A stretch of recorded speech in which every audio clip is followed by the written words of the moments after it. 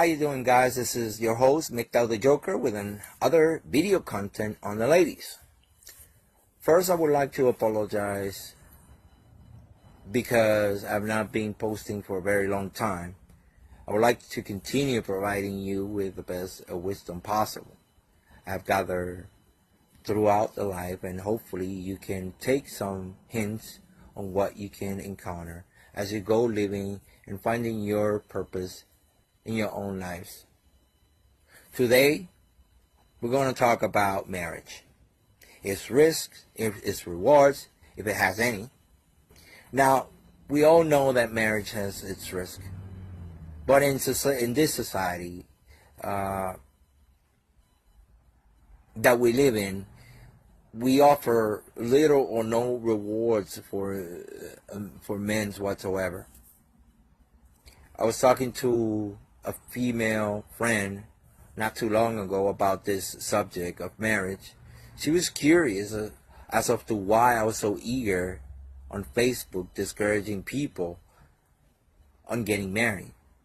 Now, I do like to take this opportunity and say that I do not hate women. I understand female nature. I understand how the social economical system is structured. But I do not hate them. I know the reasons why they do the things that they do. There are a lot of men out there going their own way. That reality is that they're frustrated and angry because they feel that they have been dealt with a bad hand when it comes to the subject of marriage. Here's my experience. When you marry a girl, you're basically closing the door. Because of this blue pill conditioning, girls are conditioned to marry since the time they were children. So what happens is that the girl will let you talk the talk, because we all know that what we want from girls is sex. We found them pretty and attractive. Therefore, they know that. In the blue pill conditioning, a man's supposed to hold their word. If we talk the talk, we should be able to walk the walk, right? That is what women know.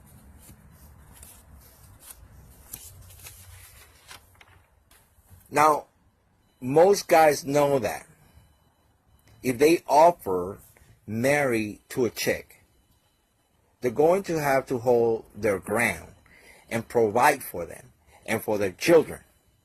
That is the basic of a very complex way of living. The problem I've seen in this society is that women expect and demand that from their married men, to the point that laws have been created to enforce that promise. Until this point, I do not see nothing wrong with that. However, what I see wrong is that the same laws that have been created to enforce that vow or those vows are also created to release the women from marriage if the marriage don't quote unquote work out. As you can see, it is not the women itself that most men are refusing to commit, as much as it is the possibility that women have when they want to leave marriage. So we're not afraid of women, but we men know that women are more emotional than men. And they do tend to make decisions based more on emotions than on logic. Another thing that I know, why is it negative that when a man and a woman decide to marry, you as a man are closing your option? Now, marriage is the dominion of a woman. It's backed up by law, and man loses its authority. His leadership role is non-existent. Once that contract is signed, there isn't any structure, that the women has legal power over him. She no longer follows. Now, it isn't important what he wants. What it is important is what, quote unquote, we want. Have you ever heard that expression from your wife or your ex-wife? I have. When that happens, the man loses total power and authority over his house. Women resent men with no authority.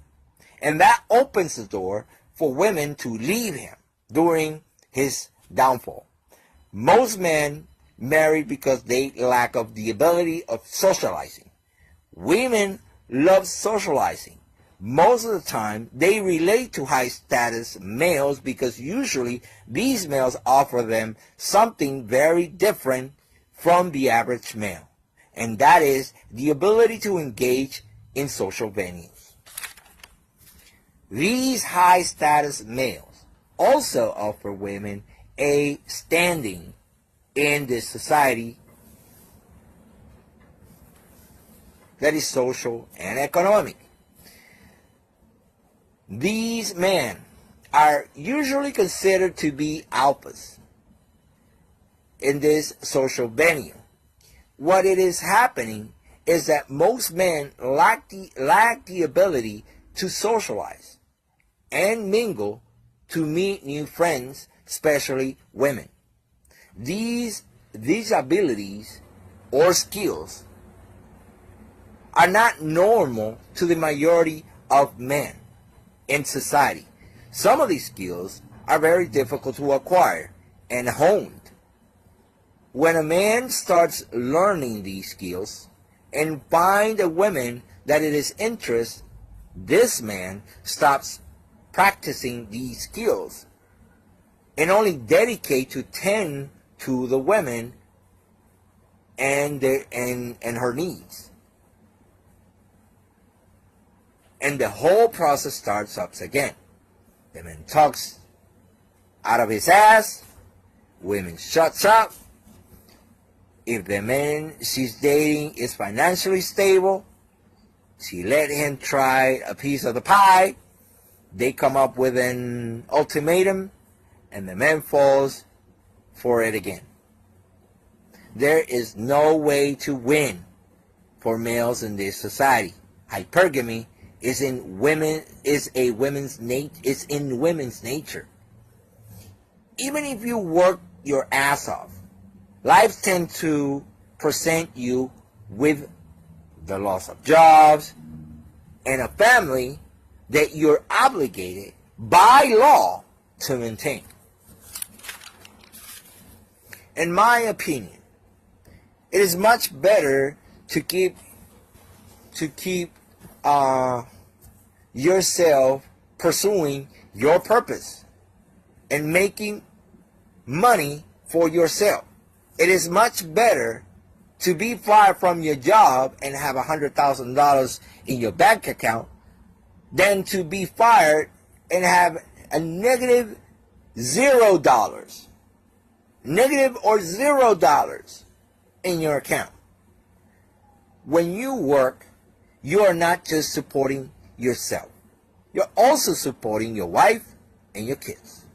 So it's 1 against 2 if you have 1 kid. 1 against 3 if you have 2 kids. Or 1 against 4 if you have 3 kids. And the women who does not work. Now, if the woman works and you make less than her, good luck keeping her around. Because women will never tolerate having a man making less than her.